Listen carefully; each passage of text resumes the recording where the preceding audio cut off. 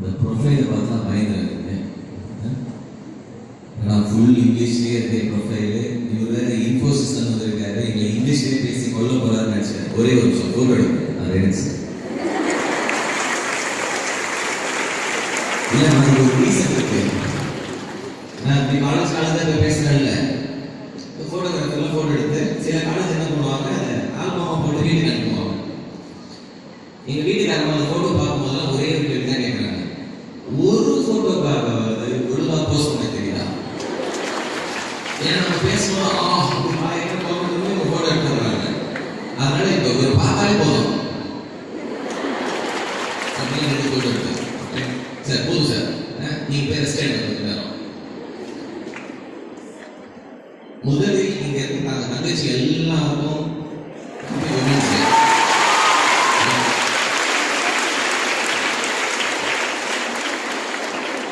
ப்ரொஃபஸர்லாம் ஒரே சந்தோஷம், எங்களோட தங்கச்சின்னு சொல்றாங்க சார்.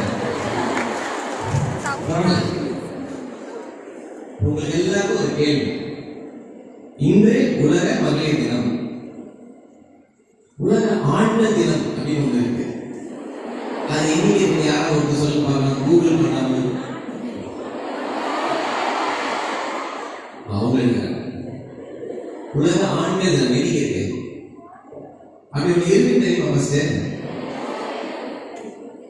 என்ன போடுவோம் பாருங்க, நவம்பர் 19ஆம் தேதி. சரியா? நவம்பர் 19ஆம் தேதி. ஆனா நவம்பர் 19ஆம் தேதி உலக ஆண்கள் தினத்தை விட அன்னைக்கு வேர்ல்ட் டாய்லெட் டே. ஒரு பாவிதான் ஒரே நாள் வச்சுக்கலாம். வேர்ல்ட் டாய்லெட் டேவும் இன்டர்நேஷனல் மென்ஸ் டேவும் ஒரே நாள் தான். இது ரெண்டுல எது ரொம்ப பாப்புலரா இருக்கணும் உங்களுக்கே தெரியும். இந்த எங்களுக்கு ஆண்கள் தினம் வரும்போது இந்த கவுண்டமணி ஒரு படத்துல அவரோட படத்துல அவரே வாழையை போட்டு வீட்டுக்கு பேசுறாரு, உங்களுக்குலாம் எந்த இந்த வீட்டுல யார் மரியாதை கொடுக்குறான் அது மாதிரி சொல்லுவாங்கல்ல. நான் ஒரு பதிவு பண்ணிக்கிறேன், மகளிர் தினம் மாதிரி ஆண்கள் தினம் ஒன்று இருக்கு. நவம்பர் 19 உங்க அப்பா அண்ணன் அப்படி யாரா இருந்தாங்கன்னா ஹாப்பி மென்ஸ் டே அப்படின்னு ஒரு வேர்ட் சொல்லியிருக்கேன், ரைட்? பட் இன்று எங்க ஆஃபீஸ்ல ஆக்சுவலா இந்த மகளிர்லாம் இன்னைக்கு பயப்படுறாங்க. ஏன்னா நீ ஒரு நாள் நம்ம ஆள் கொண்டாடுவானு, நீ இந்த செஷன் போகணும் அந்த செஷன் போகணும், லீவ் அவ்வளோ வேலை கொடுக்குறாங்க அவங்க எல்லாருக்கும். பட் என்ன பொறுத்த வரைக்கும் every day has to be a women's day. Every day March 8 symbolic ஜெஸ்டரா இருக்கிறதுனால எனக்கு தெரிய உடன்பாடு. இன்றைக்கு நான் பேசுறது என்னுடைய 3867வது மேடை. 3867 எந்த ஸ்டேஜ்ல எழுதி வச்சுட்டேன். எந்த மேடையும் நான் இவ்வளவு பயந்தது கிடையாது. மேலே பேசுறது இதுக்கு பயன்படுவது எங்க உங்களை பார்த்து கிடையாது. எனக்கு முன்னாடி முத்து சார் பேசுறாருல்ல, இவரை கண்டுபிடிக்கிறதே ரொம்ப கஷ்டமா இருந்தது, இவரை ரீச் பண்றதே கஷ்டமா இருக்கு, இவர் பேசினா என்ன ஆகும் தெரியுமா அப்படின்னா பயமுறுத்தி இப்போ ஒரு எக்ஸ்பெக்டேஷன் செட் பண்ணி வச்சிருக்காரு. சச்சின் டெண்டுல்கர் வந்தா 100 அடிச்சு ஆகணும், நீங்க 90 அடிச்சா ஒத்து மாட்டோம், 10 ரன் விட்டோம் அப்படிங்கிற மாதிரி ஒரு பயத்தை தான் நான் இங்க பேச வந்திருக்கிறேன். மார்ச் 8 ஜென்ரலா நான் எந்த இதுவும் ஒதுக்க மாட்டேன். ஏன்னா இன்னைக்கு ஒரு நாள் எங்க ஆஃபீஸ்ல இருக்க ஹவுஸ் கீப்பிங் ஸ்டாஃபோட நான் டைம் ஸ்பெண்ட் பண்ணுவேன் இன்ஃபோசிஸ்ல. கடந்த 72 வருஷத்துல முதல் தடவையா அதை பிரேக் பண்ணிட்டு இன்னைக்கு வந்து ஏன்னா அதுக்கு மெயின் ரீசன் முத்துவனாச்சு மட்டும்தான். ஏன்னா அது ரொம்ப நெகிழ்ச்சியான ஃபங்க்ஷன். எங்க ஆஃபீஸ்ல இருக்க ஒரு 600 ஹவுஸ் கீப்பிங் ஸ்டாஃப் அவங்க பசங்க வருவாங்க. இன்னைக்கு அதை மட்டும் அவங்க ரெக்வஸ்ட் இருக்கு, காலையில பதிலாக ஒரு 5:30 மணிக்கு வச்சுக்கலாம் ஆஃபீஸ்ல. அதனால இந்த 3:30 மணிக்கு ஃபிளைட் பிடிச்சி ஈவினிங் திருப்பி போயிடலாம், சென்னையில போய் அவங்கள மீட் பண்ணிடலாம். ஒரு நாள் அவங்க எல்லாரும் வருவாங்க ஆஃபீஸ்ல. அதுக்கு மெயின் காரணம் நான் சார் வந்து ஒரு 10 நாளைக்கு முன்னாடி நான் மீட் பண்ற ஆப்பர்ச்சுனிட்டி கிடைச்சிருக்கு. பட் கிட்டத்தட்ட ஒரு 15 வருஷமா சாரை பத்தி என்கிட்ட நிறைய பேர் சொல்லியிருக்காங்க. One of the biggest philanthropist of Tamil Nadu. philanthropyன்றது வந்து எல்லாருக்கும் வந்துடாது, பணம் இருக்கவங்க எல்லாரும் philanthropy பண்றது கிடையாது. அவர் படிப்போ அதனால அவர்கிட்ட இருந்து தலைப்பு வந்தப்போ மறுபேச்சே கிடையாது அப்படின்றதுதான். என்னன்னா அவர் ஒரு 10 நாள் வெயிட் பண்ண வச்சது எனக்கு மிகப்பெரிய வருத்தம். அது ஒன்றும் இல்லை, இந்த மேடையில சொல்றதுக்கு ஒன்றும் பிரச்சனை இல்லை. அப்பாவுக்கு திரும்பி உடம்பு சரியில்லாம ஆயிடுச்சு. February 6 massive heart attack. ஒரு ஆஞ்சியோபிளாஸ்டி பண்ணாங்க. அந்த 2வது ஒரு ப்ரொசீஜர் வந்து கரெக்டாக இந்த டைம்ல பண்ற மாதிரி டாக்டர் டேட் கொடுத்துருந்தாங்க. மார்ச் 7 தான் டாக்டர் இருக்காரு. கரெக்டாக இந்த ப்ரோக்ராம் லீவ் போகிறதுனால எனக்கு கன்ஃபர்மேஷன் கொடுக்கறதுக்கு ரொம்ப கஷ்டமா இருந்து. பட் கடவுள் பண்ணிட்டு அது கொஞ்சம் சீக்கிரமாகவே முடிஞ்சிருச்சு அந்த procedure. And is doing fine. அதனால் இந்த ப்ரோக்ராமுக்கும் ரொம்ப சந்தோஷமாகவே இருந்துச்சு. சரி, உங்ககிட்ட என்ன பேசலாம்?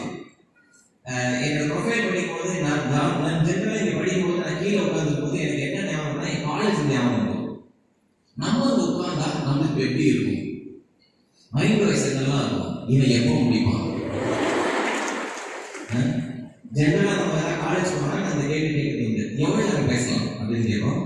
பசங்க பொண்ணுங்க 2 பேரும் ஒரே மாதிரி தான் பதில் சொல்லியிருக்காங்க. காலேஜ் டைம்ல நான் பேசினா எவ்வளோ நேரம் வேணா பேசுவேன் அப்படின்னு. இல்லை, நீ பேசுறது நீ ஒரு நாள் கேட்டு போறேன், இல்லைன்னா அதே வாத்தியார் அதே கிளாஸ் அதே லெக்சர் காமிக்க முடியாது. வைப்ரேட் சேர்ந்து இன்னைக்கு ஒரு நாள் நீ போன நோக்கியே நான் கேட்டுக்கிறேன் அப்படின்னு. இதே கிளாஸ் முடிஞ்சு ஒரு 3 மணிக்கு நான் பேசுறேன்னு வச்சுக்கோங்க, எவ்வளோ நேரம் பேசலாம்? ஒரு 10 நிமிஷம் முடிச்சுக்கிறீங்களா? அது ஒண்ணு. ரெண்டாவது, நான் இங்க இருக்கிற கடைசியோட தங்கச்சிங்களா அங்க இருக்காங்களான்னு எனக்கு தெரியல. அவ்வளவு தூரம் இருக்கீங்க. நாமக்கல்ல ஒரு காலேஜ் இந்த கேள்வி கேட்டேன். நான் பேசுறது கேட்கா அப்படி கேட்டேன். பின்னாடி ஒரு பையன் சொன்னான், கேட்கல பரவாயில்ல நீ பேசு அப்படின்னு. அவனை பொறுத்தவரைக்கும் கொண்டு உட்கார வச்சிருக்காங்க.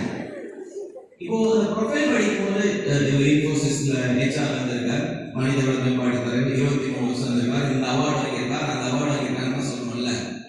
வெக்கத்தை விட்டு சொல்லிடுறேன். அதுல இருக்கிற எல்லா பத்தியும் நானே எழுதுறதுதான். உங்களை இம்ப்ரெஸ் பண்றதுக்கு இல்லை. கல்யாணம் ஆனவங்களுக்கு மட்டும்தான் அந்த கஷ்டம் இருக்கு. எங்க வீட்டுல நான் எவ்வளவு ஸ்பீக்கர் தெரியுமா? அதெல்லாம் எங்க வீட்டுல 2 விஷயம் வேண்டாம். ஒன்னாடி மொபைல் வீட்டுல எடுத்து வரக்கூடாது. ஏன்னா வாரத்துக்கு 4 நாளைக்கு வரணும்னா ஏதாவது காலேஜுக்கு எது இருந்தாலும் மாட்ட சொல்லி வச்சுக்கோ அப்படின்னு. அதுக்கப்புறம் வீட்டில் நான் பேசணும்னு சொன்னா இந்த இன்ஸ்பிரேஷன் ஸ்பீக்கர் மோட்டிவேஷன் ஸ்பீக்கர் மாதிரி இங்கே பேசக்கூடாது.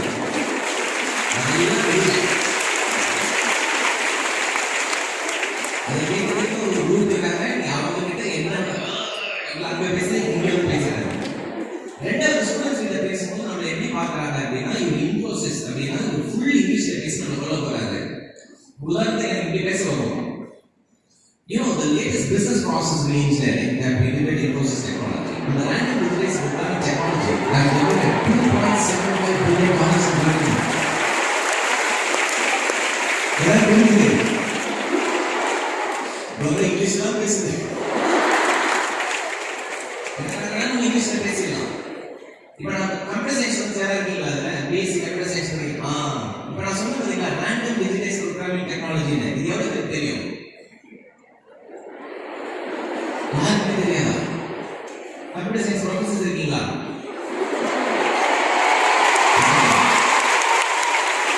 ரேண்டம் பிசினஸ் ப்ரோக்ராமிங் டெக்னாலஜி தெரியுமா? தெரியாது.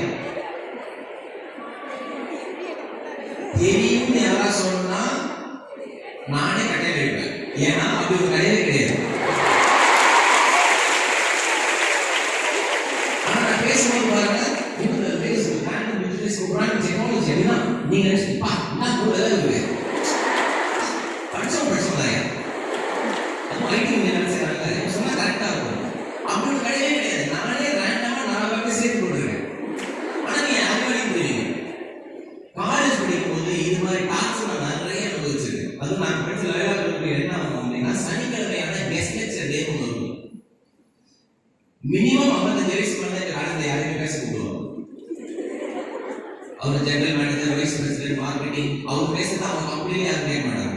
பசங்களுக்கு பேசணும். டை கோட்டெல்லாம் போட்டு சென்னையில போட்டு தான் இருக்கும். ஹாட்டஸ்ட் அந்த டை கோட்டெல்லாம் போட்டு வரும். கொடைக்கானல் புலமைகள் மாதிரி இருக்கும். ஏசி இருக்காரு வந்து ஒரு 120 ஸ்லைட போடுவார். இது அதுவார் நாங்களும் அப்படியே பார்ப்போம். அப்ப எக்ஸ்பர்ட் வந்து சொல்லுவார், முதல்ல இடுவார் வரவாள் தெரியாது, அவர் கண்பார்வம் மேல பட்டாலே போதும் நீ செலக்ட் ஆயிடுவார். அப்புறம் அசிஸ்டன்ட் எக்ஸ்பர்ட் சொல்லுவார், அவங்க பேசுறது புரியுதோ புரியலையோ புரிஞ்ச மாதிரியே தலையாட்டுவாங்க. இப்ப பேசும்போது அப்படி அதான் சொல்லி கொடுத்துருக்காங்க. இப்ப நமக்கு அவங்க என்ன பேசுறதே தெரியாது. ஆனா அதுவே அவங்க நோட்ஸ் எடுப்பாங்க. நம்ம பக்கத்துல உட்காந்து விட்டேன் வசூராஜா நீங்க சொன்ன பார்த்தீங்களான்னு தெரியல. அதுல சாமி மாமனே பார்த்தீங்கன்னா what is the procedure to change the room அப்படின்னா, அவன் நோட்ஸ். எங்க காலேஜ் என்ன பண்ணுவாங்க, ஒரு கெஸ்ட் லெக்சருக்கும் இன்னொரு கெஸ்ட் லெக்சருக்கு நடுவில் டீ கொடுப்பாங்க வெளியில. நல்ல இடத்துல கிடையாது, தூங்காம இருக்கிறதுக்கு அடிச்சு தெளிய வச்சு கூட அடுத்த லெக்சர். அப்போ வந்து அவன் சொல்லுவான், என்ன நாலேஜ்ல வருது, one day I to become like that. யாரு புரியாம பேசுறாரு பாருங்க, அவர் மாதிரி. இப்போ நான் யோசிப்பேன், நம்ம பேசுறது யாருக்காக பேசணும்? If I going to talk to students, நான் பேசுறத 40 minutes 60 minutes நான் சொல்ல வேண்டிய விஷயத்தை உங்க வாணியில சொன்னாதான் உங்களுக்கு புரியும்.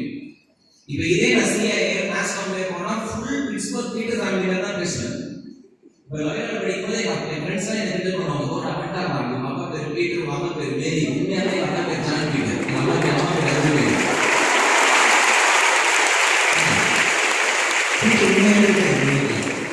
சதைக்கேற்ற மாதிரி பேசுவோம். இன்னைக்கு சந்தோஷமா இருக்கிறேன், நான் பேசிக்கே ஸ்டோரி டெல்லர், நிறைய கதை தான் சொல்லுவேன். குறிப்பா இவ்வளவு பெண் குழந்தைங்களை பார்க்கும்போது எனக்கு என்னோட மாடர்ன் ஃபவுண்டேஷன் ஆனுவல் டே தான் ஞாபகம் வருது. என்னோட மாடர்ன் ஃபவுண்டேஷன்ல 2613 குழந்தைங்க படிக்கிறாங்க. இதுல 80 விழுக்காடு பெண் குழந்தைங்க.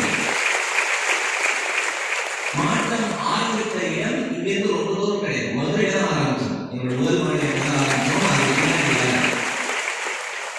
பட் நிறைய இடத்துல எனக்கு கேட்க வேண்டிய ஒரு கேள்வி, பெண் குழந்தைங்க ஏன் படிக்கணும்?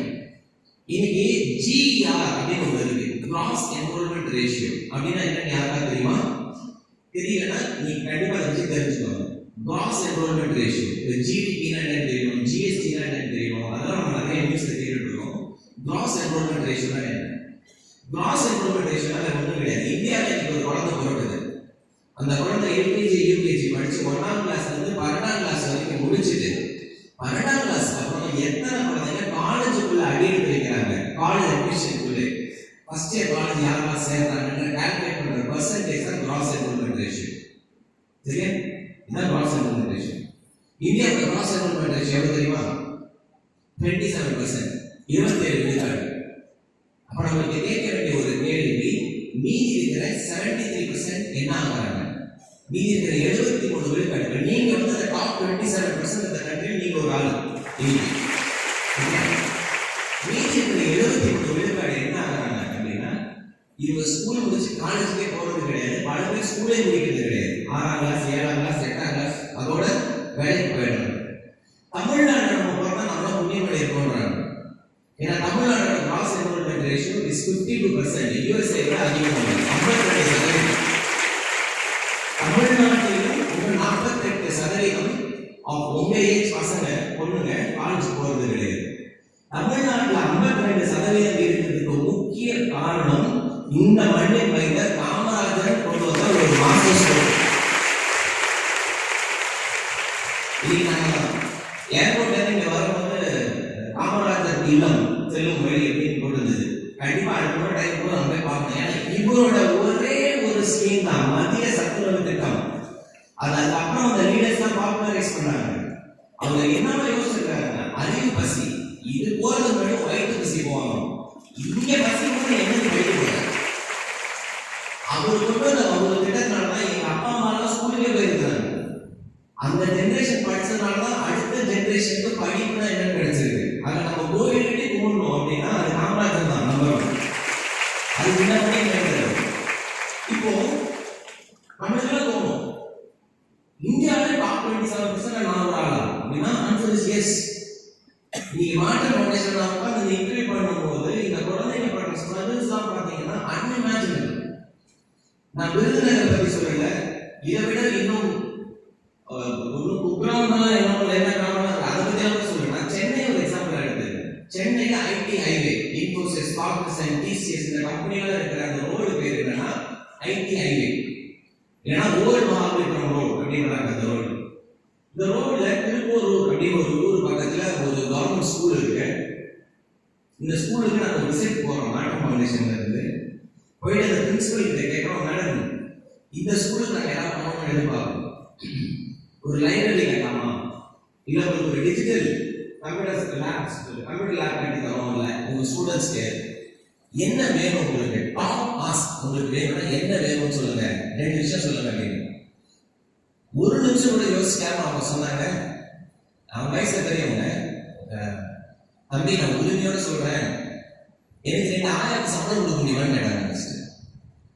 ஹவுஸ் கீப்பிங் ஸ்டாஃப் இருக்குல்ல, government school house keeping staff தான் இருக்க மாட்டாங்க. 2 ஆயாக்களுக்கு சம்பளம் கொடுக்க முடியுமா அப்படின்னு புரியல. ஏன் அப்படின்னு, ஏன்னா அந்த ஸ்கூல் கேம்பஸ் ரொம்ப பெருசு, காம்பவுண்ட் சவர் இல்லை அந்த ஸ்கூல்ல. அதனால ஈவினிங் ஆனால் அங்கே இருக்கிற லோக்கல் குடிமகன் எல்லாருக்கும் ஸ்கூல் உள்ள தான் தண்ணி அடிச்சுட்டு பியர் பாட்டில் அடிச்சு உடச்சிட்டு போயிடுவாங்க. அவங்க சொல்றாங்க, டெய்லி காலையில் நான் வந்தோடனே நானும் என் பசங்களும் என் டீச்சர்ஸும் சேர்த்து இங்கே இருக்கிற உடஞ்சு போன கிளாஸ் பீஸ் எடுக்கிறது தான் என் முதல் வேலை. இந்த ஸ்கூல்ல படிக்கிற பிள்ளைங்களாம் யாரும் ஷூஸ் எடுத்து கொண்டு வர மாட்டாங்க. டெய்லி ஒரு 10 குழந்தைக்காவது கண்ணாடி இந்த காலில் குத்திடுது.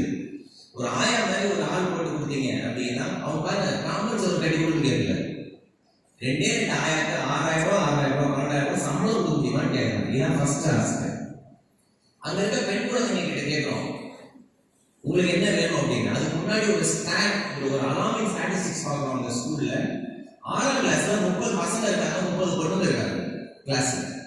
8ஆம் கிளாஸ் வரும்போது பசங்களோட எண்ணிக்கை 30 இருக்கு, பொண்ணுங்களோட எண்ணிக்கை 20 குறையும். 9ஆம் கிளாஸ் 10ஆம் கிளாஸ் போகும்போது பசங்களோட எண்ணிக்கை 30 இருக்கு, கேர்ள்ஸோட எண்ணிக்கை 10-15 குறையுது. 11th 12th வரும்போது சிங்கிள் டிஜிட் வருது. என்ன ரீசன் நினைக்கிறீங்க? என்ன ரீசன்?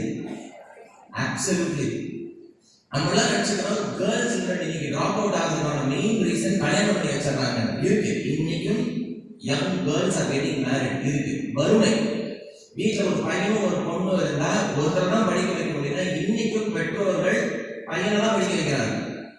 பொட்டை புள்ள படிச்சு என்ன பண்ண போகுதுன்னு கேட்கறாங்க. நான் கேட்கிறேன், ஆம்பளை புள்ள மட்டும் படிச்சு என்ன பண்ண போகுது?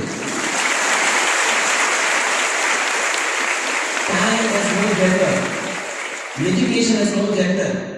படிப்பு ஆண் பெண் பார்க்காது, டேலண்ட் ஆண் பெண் பார்க்காது, திருநங்கையான் பார்க்காது, அறிவு ஆண் பெண் பார்க்காது, சமம் பார்க்காது. அப்போ இந்த கேள்வி யார் கேட்கறாங்களோ அவங்களாம் கட்டையாடிக்கணும். பெண் குழந்தை படிச்சு என்ன பண்ண போகுது அப்படின்னு கேட்கறாங்க பாரு. நம்ம திருப்பி கேட்க வேண்டிய கேள்வி, ஆண் குழந்தை படிச்சு என்ன பண்ண போகுது? அப்ப நான் பார்க்குற வரைக்கும் வீட்டில் வசதி வாய்ப்பு இல்லை அப்படின்னா பையனை படிக்க வச்சாங்க, பொண்ணை டிராப் அவுட் பண்ணிடுவோம். ஏன்னா இன்னைக்கு நம்ம பெற்றோர்களுக்கு ஒரு ஏதோ உலகத்துல கொடுத்து இருக்காங்க, என் பையன் தான் என்னை காப்பாற்றுவான்.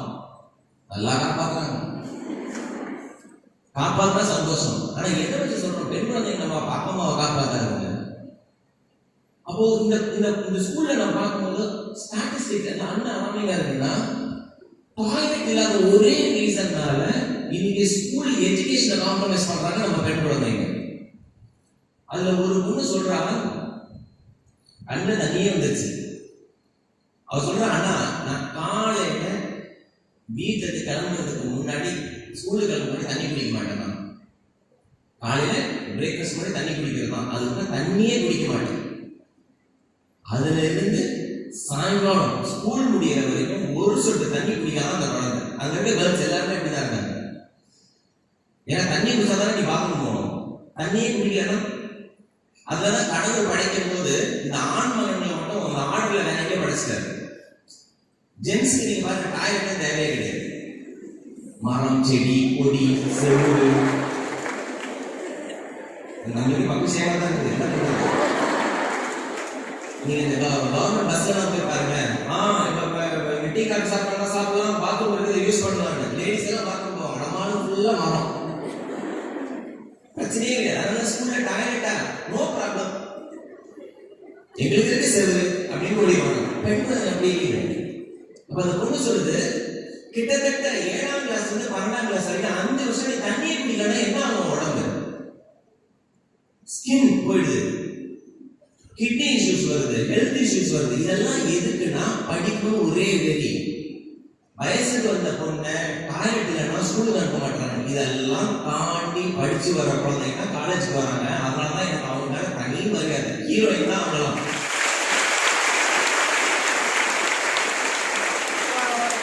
நானும் என்ன மாதிரி கவர்மெண்ட் ஸ்கூல்ல படிச்ச ஒரு பையனும் காலேஜுக்கு வர்றதுக்கும் இங்க இது மட்டும் ஷோ ஆஃப் ஃபேன்ஸ் இல்ல. கவர்மெண்ட் ஸ்கூல்ல படிச்ச பெண் குழந்தைங்க யாரெல்லாம் நீங்க கை தூக்குவாங்க, இவங்களுக்கு மத்தவங்க சூப்பரா கை தூக்குவாங்க.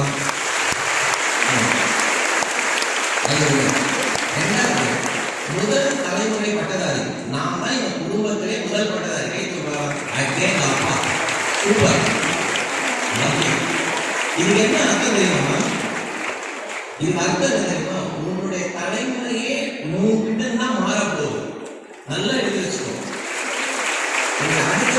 குழந்தைங்க இருக்காங்கல்ல, அது ஒரு மாதத்துக்கு உங்களோட 2 தான். இது கண் கூட பார்த்தது எங்க வீட்டுல. எங்க அம்மா பேர் அருள்மேரி. தேவகோட்டை பக்கத்துல ஆண்டாவூரின்னு ஒரு ஊர், ஒரு குக்கிராமம். அந்த ஊருக்கு பஸ் போனதே எனக்கு 16-17 வயசு இருக்கும்போது அந்த ஊர்ல பஸ்ஸே போயிருக்கு. அதுக்கு பஸ் கூட கிடையாது அந்த ஊர்ல. அம்மா பயங்கரமா படிப்பாங்க. அந்த ஊர்ல 10th முடிச்சு பியூசிக்கு போன முதல் மாணவி எங்க அம்மா தான். 8ஆம் கிளாஸ் 9ஆம் கிளாஸ் கேர்ள்ஸ் ஏஜ் அட்டன் பண்ணா உடனே கல்யாணம் பண்ணிடுவாங்க. அது மாதிரி தான் அந்த ஊர்லயும். எங்க அம்மாவை என்ன பண்ணிருக்காங்க, எங்க அம்மாச்சி ஆண்டாவூர்ல இருந்து அருப்புக்கோட்டை முடிச்சிருக்காங்க டீச்சர் ட்ரைனிங் படிக்கிறதுக்கு. எங்க அம்மா டீச்சர் ட்ரைனிங் முடிச்சது அருப்புக்கோட்டை, ஒரு ஊர் பக்கத்துல இருக்க அருப்புக்கோட்டையில டீச்சர் ட்ரைனிங் முடிச்சிருக்காங்க. எங்க அம்மாச்சி கோவிடுக்கு ஒரு வருஷத்துக்கு முன்னாடி ஷி பாஸ்ட் அவே. அப்போ அதுக்கு ஒரு வருஷத்துக்கு முன்னாடி நான் கடந்த 2017 நினைக்கிறேன், சன் டிவில ஒரு ப்ரோக்ராம்ல பேசணும். பெண் குழந்தைகள் ஏன் படிக்கணும், பெண் குழந்தைங்க பிரச்சனை என்னெல்லாம் நடக்கும் அப்படின்னு பேசணும். நிறைய ரிசர்ச் எல்லாம் பண்ணி பாயிண்ட்ஸ் எல்லாம் எடுத்து வச்சிருந்தேன். அப்ப யோசிச்சேன், எங்க வீட்லயே ஒரு ஈரல் இருக்காங்க எங்க அம்மா. இப்ப எங்க அம்மாவோட கதையை என்கிட்ட சொல்றதுக்காக எங்க அம்மாச்சியை போய் பார்த்து, படிக்க வச்சது பாட்டி தானே, என்னதான் எங்க அம்மா படிக்கணும்னு நினைச்சதால எங்க அம்மா பாட்டி முடியாதுன்னு சொல்லிட்டு என்ன பண்ணிருக்க முடியும். அதனால ஊருக்கு போயிருந்தேன். அம்மாச்சி மாடு பால் கறந்துட்டே இருக்காங்க. நான் அதுக்கு பின்னாடி டீ குடிச்சிட்டு, இந்த திண்ணையில டீ குடிச்சிட்டு எம்மாச்சி உங்களுக்கு எடுத்துட்டேன். அவங்களுக்கு நான் வந்து சிம்ரன் சிம்ரன் எங்க அம்மா ஏன் படிக்க வச்சேன் அப்படின்னு கேட்டேன். எங்க அம்மா தான் ஏன் படிக்க வச்சேன், எங்க அம்மா இங்க அருப்புக்கோட்டை வந்து 1974 1974-75 அப்போ வந்து நான் இங்க படிக்கிறதுக்கு. அது ஆண்டவர்கிட்ட இங்க வரணும் அப்படின்னா கிட்டத்தட்ட 200-250 கிலோமீட்டர் நினைக்கிறேன் தூரம், ஈஸியா கேர்ள்ஸ் எப்படி அனுப்பிச்சிருப்பாங்க. அப்ப நான் கேட்கிறேன், என்ன எதுக்காக என் அம்மா ஒரு தூரம் அனுப்பிச்சு படிக்க வச்சேன். நான் நினைச்சேன் ஏதோ பெரிய லெக்சர் கொடுக்க போறாங்க, ஏன் உங்க அம்மா படிப்பா இப்படி வரலாம் அப்படி வரலாம் நல்லா சொல்லுவாங்க நினைச்சேன். மாடு மடியிலிருந்து பால் கறந்துட்டு என் முகத்தை கூட பார்க்காம எங்க அம்மா சொல்றாங்க, ஏன்னா உங்க அம்மா என்ன சாணி எழுதக்கூடாதுல்ல, அதனால படிக்க வச்சாங்க. ஏன்னா அம்மா என்ன சாணி எழுதுறதுக்கு அதனால படிக்க வச்சேன். ஆனா அவங்களுக்கு அந்த ஸ்டேட்மெண்டோட பவரை பாருங்களேன். எங்க அம்மா படிக்கிறாங்க டீச்சர் ட்ரைனிங், கவர்மெண்ட் ஸ்கூல் டீச்சரா வேலை கிடைக்குது சென்னையில. எங்க அப்பாவை பாக்குறாங்க அரேஞ்ச் மேரேஜ், அவரு ஒரு கவர்மெண்ட் சர்வெண்ட். அப்ப அந்த குடும்ப நிலைமை எங்கிருந்து மாறுதுன்னா, அருள்மேரியும் ஒரு கேரக்டர் படிச்சதுனால மட்டும்தான் எங்க குடும்பமே மாறுது. அவங்க படிச்சதுனால அவங்களுக்கு படிப்போட அருமை தெரியுது. அவங்களுக்கு பிறந்த 2 குழந்தைங்க, நானும் எனக்கும் என் தம்பிக்கும் நல்ல எஜுகேஷன் கொடுக்குறாங்க, நல்ல வேல்யூஸ் கொடுக்குறாங்க. இன்னைக்கு என்னோட வாழ்க்கை தரம் உயர்ந்திருக்கு. அதனாலதான் சொன்னேன், இங்க இருக்க முதல் பட்டதாரி நீங்க எல்லாம் கை கொடுத்தீங்கல்ல, உங்க குடும்ப நிலைமை மாறுறது உங்ககிட்ட இருந்துதான். அதை நல்லா ஞாபகம். அதனால காலேஜ்ல கால் எடுத்து வைக்கும் போது when you say I'm a first generation learner, take great pride. 73% of students of your age do not have this opportunity. அவங்க இங்க கல்வி உடைச்சிட்டு இருக்காங்க, எக்ஸ்போர்ட் கம்பெனில வேலை செய்யறாங்க. ஒரே நிமிஷம் இந்த கவர்மெண்ட் ஸ்கூல்ல படிச்ச குழந்தைங்க எல்லாம் கண் மூடி உன் கூட படிச்ச சக மாணவிகள் எல்லாரும் காலேஜ் வந்தாங்களான்னு யோசிச்சு பாரு.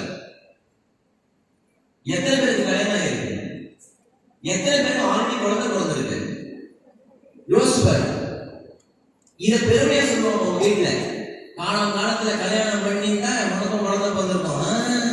அந்த டயலாக் மட்டும் ஏமாத்துறாத. உலகத்திலேயே மகா பொய் அதுதான். உனக்கு டைம் ஆகும்போது கல்யாணம் பண்ணிக்கலாம், உனக்கு டைம் ஆகும்போது குழந்தை பெற்றுக்கலாம். 18 வயசு 19 வயசு அதுக்கு வயசே கிடையாது. You have to see the world. அதனால விஷயம் என்னன்னா நல்லா படிக்கணும். சூப்பர். அதனால நம்ம சுத்தி நிறைய பேர் சொல்லுவாங்க படிச்சவங்க சாதிச்சிருக்காங்க அப்படின்னு. ஏதாவது 1-2 எக்ஸாம்பிள் கொடுப்பாங்க. 100-90 பேர் படிச்சவங்க சாதிச்சிருக்காங்க. அந்த ஆப்பர்ச்சுனிட்டியை நல்லா யூஸ் பண்ணுங்க. பெண் குழந்தைகள் ஏன் படிக்கணும் அப்படின்னா, it gives you self independence, financial freedom சொல்லுவாங்க. ஆனதுக்கு எவங்கிட்டயாவது பைசா கேட்டுட்டே இருக்கிற பொழுது பாருங்க, வேற எல்லாம் கொடுப்பாரு. சின்ன வயசு அப்பா கிட்ட கேட்கணும், அப்புறம் வீட்டுக்காரர்கிட்ட கேட்கணும், நீ சம்பாதிச்ச பைசா தான் வீட்டுக்காரர்கிட்ட கொடுக்கணும். இப்ப என்னோட லைஃப்ல என் வைஃப் சாக்ரிஃபைஸ் ஹர் கேரியர். அவளும் HR, நானும் HR. அப்போ ஒரு ஸ்டேஜ்ல 2 பேரும் ஓடணும். she said I'm going to take a back seat.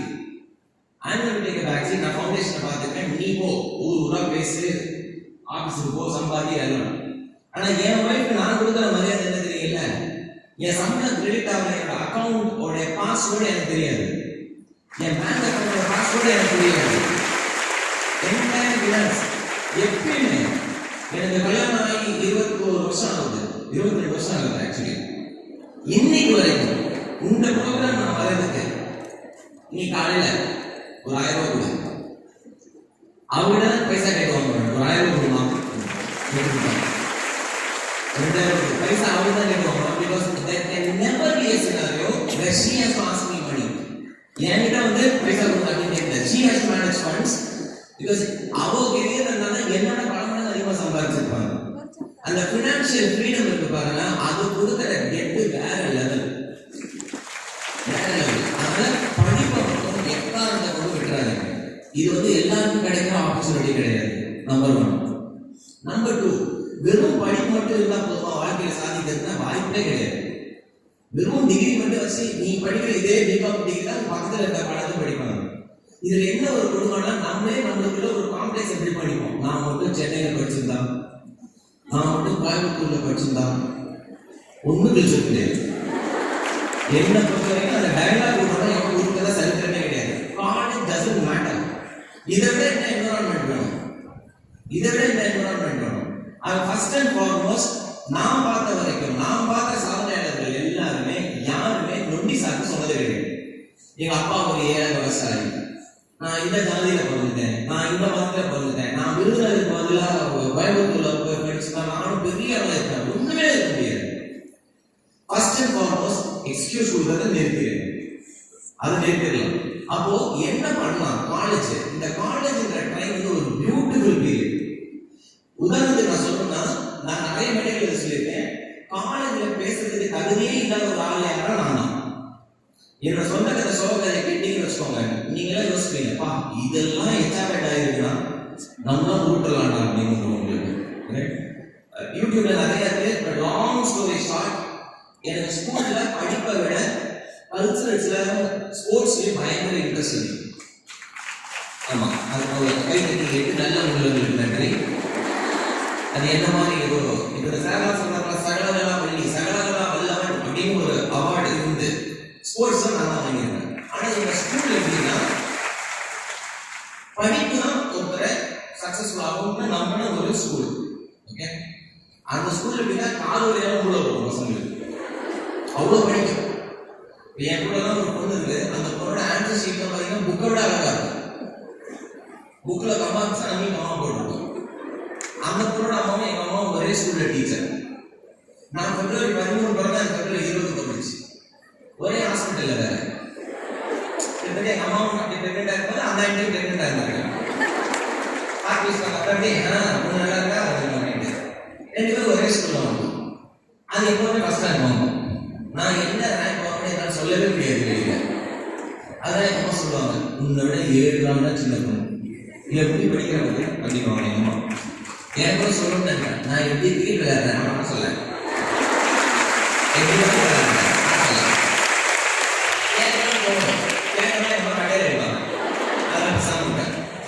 ஸ்கூல்ல நான் தான் எங்க ஸ்கூல்ல ஸ்கூல் பிக்லீடர். யார் ஸ்கூல் பிக்லீடரா போடுவாங்க? யாரு டாப்டா இருக்காங்களோ, ஜிஜியா இருக்காங்களோ, ஸ்கூல்ல ஃபர்ஸ்ட் மார்க் வாங்கணும், யூனிஃபார்ம் பார்க்காடி பார்த்தா இருக்கும், பிரின்சிபல் வாங்கலாம், அவன் பார்க்கணும் பிடிக்கும். வெரி குட் பாய். எல்லா டீச்சர்ஸையும் பார்த்து குட் மார்னிங் ப்ளீஸ் அப்படிங்க. இது யாராவது எக்ஸ்பீரியன்ஸா பாருங்க. தான் இதுல எந்த குவாலிட்டி இல்லாத ஒரே ஆள் நான் தான். ஒரே ரீசன் என்ன அப்படின்னா, எங்க பிரின்சிபலுக்கு எனக்கு ரொம்ப பிடிக்கும். அவங்க வந்து இன்னும் சான்ஸே இல்லை, ஒரு டீச்சருக்கே எனக்கு பிடிக்காது. ஒரு டீச்சரும் எங்க எல்லாமே பிரின்சிபல் கிட்டே கம்பேர் பண்ணியிருக்காங்க, இவனை போய் ஸ்கூல் விட்டுட்டு போட்டுருக்கீங்களே, இப்போ படிக்க மாட்டாங்க, அப்பாவை அட்டாச் பண்ணிருந்தாங்க. இப்போ எங்க ஸ்கூல் எப்படின்னா, ஸ்கூல்ல ஸ்டேட் ரேங்க்லாம் கொடுக்கும் பயங்கரமா. இப்போ நல்ல ஞாபகம் பாருங்க, நம்ம 2 உலகப்போர் தாண்டி இருந்திருக்கோம் இது வரைக்கும். 10th ஒரு உலகப்போர், 12th ஒரு உலகப்போர்.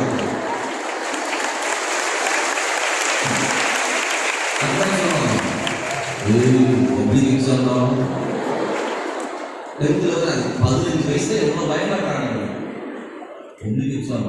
அவ்வளவுதான், இதுல மட்டும் நீ நல்ல மார்க் எடுக்கலன்னு ஃபர்ஸ்ட் குரூப்பே கிடைக்காது. அது கொடுத்துருப்பாங்க அந்த ஸ்கூல்ல. இப்போ என் பையன் 10th அவனுடைய அப்பா என்ன